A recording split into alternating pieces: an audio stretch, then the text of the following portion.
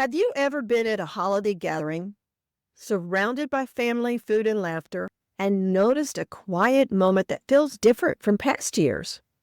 A moment you overlooked then, but it stays with you later.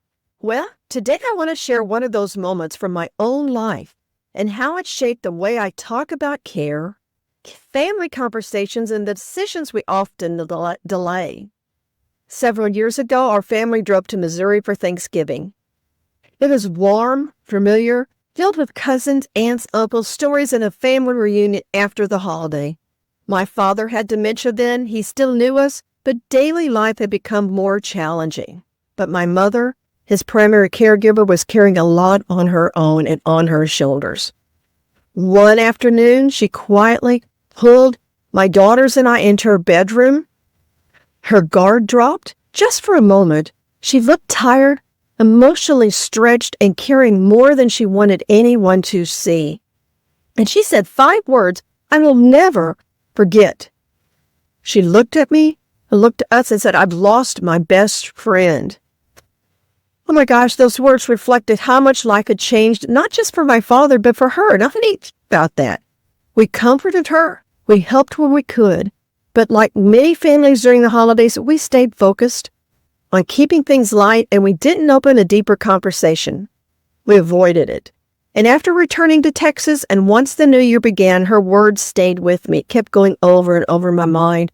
And one day, I finally called her and asked her, "Mom, how can I support you?" That question opened the door we didn't open earlier. We eventually found the next step, the steps that made sense for our family. And it taught me something, that signs are often there. We just don't name them until later, and sometimes never. And that's what today's episode is all about. It's not about insurance, not paperwork, not fear. It's about the conversations families often postpone, the ones that help everyone understand expectations before circumstances become more difficult. And part of that conversation includes something many families face: what to do when parents don't want help, even when they clearly need it. I know a lot of you have probably been in that situation. During the holidays, we slow down enough to notice things like Mom is more tired, or Dad's moves more carefully. One sibling is managing more of the care. Paperwork or bills are starting to pile up, and tasks take more effort than they used to for our parents. Families see these signs but hesitate to talk about them. Often parents also hesitate to acknowledge that they need support, not out of resistance, but out of independence or habit, and wanting things to stay familiar, the same.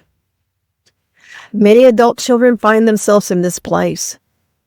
You see your parent struggling, but when you offer help, they wave it off. Sometimes it's fine, or sometimes I don't want to be a burden, which we all don't want to be a burden. And sometimes they simply change the subject. It's completely normal, and it often comes from wanting to protect the family, from worry, or feeling like accepting help means losing control. And that's why gentle, ongoing conversations often work better than those big ones, those big discussions. When people hear long-term care, they often imagine worst-case scenarios. But, long-term care is much broader. It can mean help with daily tasks, coordinating care, planning for changes, or making sure one person isn't carrying everything. Medicare also has specific limitations. It does not cover most long-term care needs that families commonly face. Without a plan, these decisions often fall on the person who is already the most overwhelmed. When families postpone these conversations, they may later find themselves making quick decisions, knee-jerk reactions, and feeling unsure about someone's wishes, carrying unexpected responsibility, or experiencing tension around the next steps. Earlier conversations can help reduce uncertainty for everyone involved. Talking ahead of time isn't about predicting the future. It's about creating space to understand each other's preferences before emotions run high. It allows for more thoughtful decisions, not rushed ones during a difficult moment. And it's simply communication, not pressure. Sometimes families want to start the conversation but don't know how to ask the right questions without changing the mood.